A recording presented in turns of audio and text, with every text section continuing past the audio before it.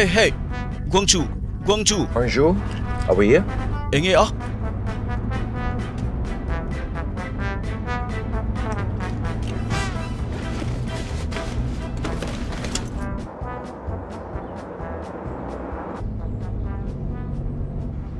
Akal theng em leo. Don't slow down. Keep going. Yes. Enge ena. What picture? What camera? Let's go, hurry. If a swallow zo na ko zo te chun min chan ve mai o. Ting e kong chun dan le. Kan tlang thei do ne moni o.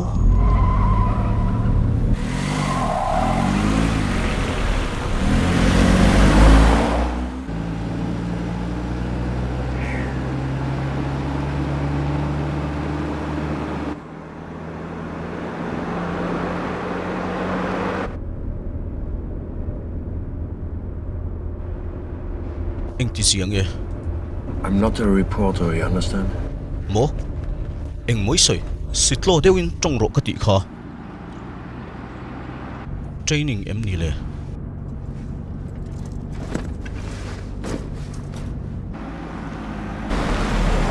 Dingro. Training exercise em ni a. Eng division nge ni. Sipai ka tran hun lai kha chu 7 division kha ni a. Hi operation tak ani. Le ro. Sao anh thấy mù lợm này? Cái passenger hi Gwangju ở kal dona. Thắc thì tụi em này. Nang khát tụi ngay nè.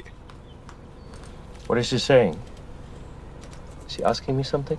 Cái passenger hi nghe rồi. Let liang atia ati sual ni thu soi. Salute.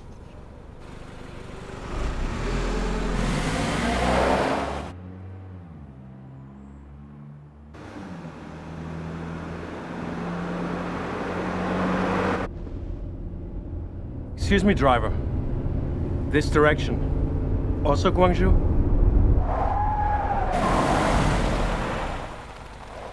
No, Gwangju. Now, we go Seoul. Seoul? What are you talking about? I have to go to Gwangju. Karin ang anilaw. Kadu lo ufang anilawa. Sipai khan. Kal thei lo ti. Okay. You won't get paid if you don't take me to Gwangju. You understand? Enge mo sui le. No Gwangju, no money. No money. He pa mai chu a. He lai thleng turing gas kan man nem to te reng nen. Soldier ten no Gwangju tia. Chu wangin kan kal thei hlei nem mo le o. No Gwangju. Chuan camera picture kha enge. Tinge Gwangju a. Oh my God. You know what? Just take me to Gwangju. That's all you should worry about. What I'm doing there is none of your business, okay? Business mo? Sumdong mo niya. Gwangju ay kaldua. Gwangju. No Gwangju. No money.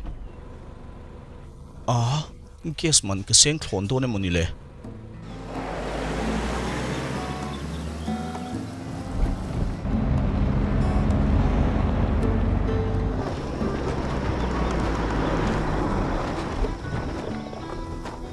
Kapu zo na kalau zot lok cheo helai naya kong pui ni lo Gwangju thlen the na kong dang omem Te na. ani midang shatur om ang isiem Gwangju engei ti do na. Inron kal ko nga sipai ti kai mù lợm này. Let le ula. Ho wang ula thazo kang. Kapu Gwangju kang kal thei lo chuan Kapu ka kal nge angai tlat boxia Kan kho roi tu khan. Gwangju kal mi lo tu Inthup pe kan chua sin.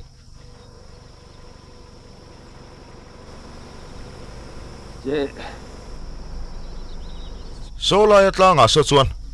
Kong te deuh zawk pakhat chu om nge maya. chu khoya tak nge So ta son. Alet le ma son.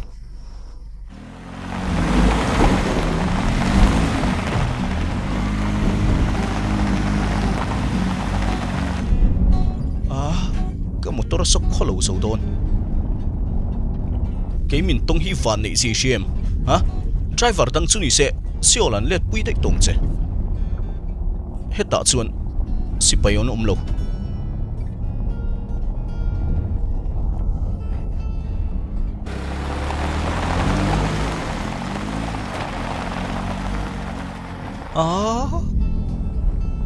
ngatinge helai kong le sel pon lo bloka Ding ro.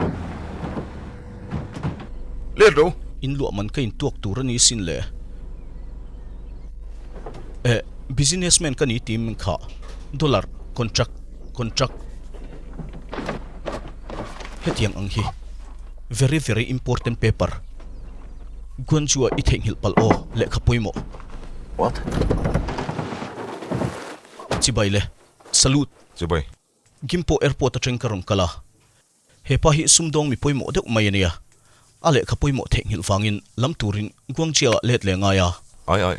Let ro. a lungai thramte ale khate lo chuan US a ho thei to don lova alak nge ngai pasal thari rupuin airport atengin karon let puin hi an dollar kan nei theinan ka thla le nge ngai kan ram ma sonan lungoi lok Listen, if I don't get to Gwangju, there'll be problems. Big problems. My boss is a very important man. He'll be very unhappy if I don't get back with those documents. Very unhappy. Tell him. Enge sei kha. poimo ultuk ti vel Tell him, not me. very important paper okay Very important paper. Important man. Important paper. Big trouble.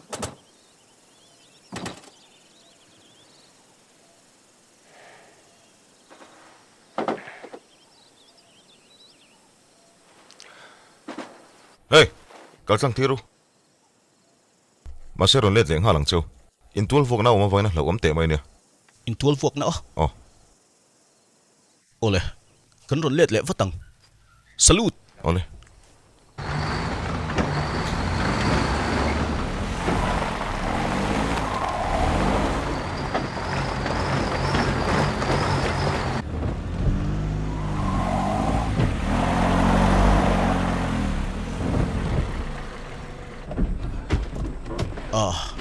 ni chin khani ti thalu tuk taxi fare unwai khatmin pero tuna I've told you I pay you once we get back to Seoul. Gwangju dangerous chu wangin min pesokro first money ni lo deu ladies first anti chinzo money first Korean business style now no money I go Seoul your choice ingam chuan min mel rum na te it chak luang your choice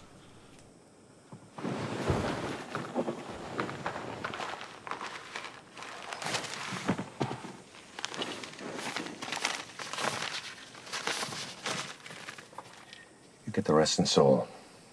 You choice.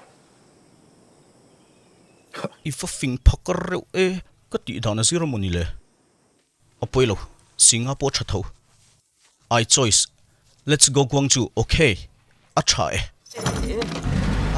ava chere tak khatia min mel chun ka chum nang mai ang che ka thu sei om si shemi alo tiro let's go Gwangju ti chialom ka sei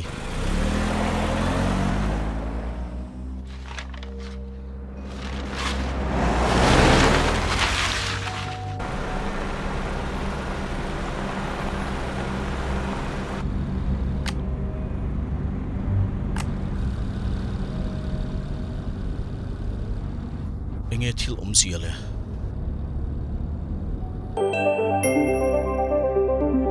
via Mizo.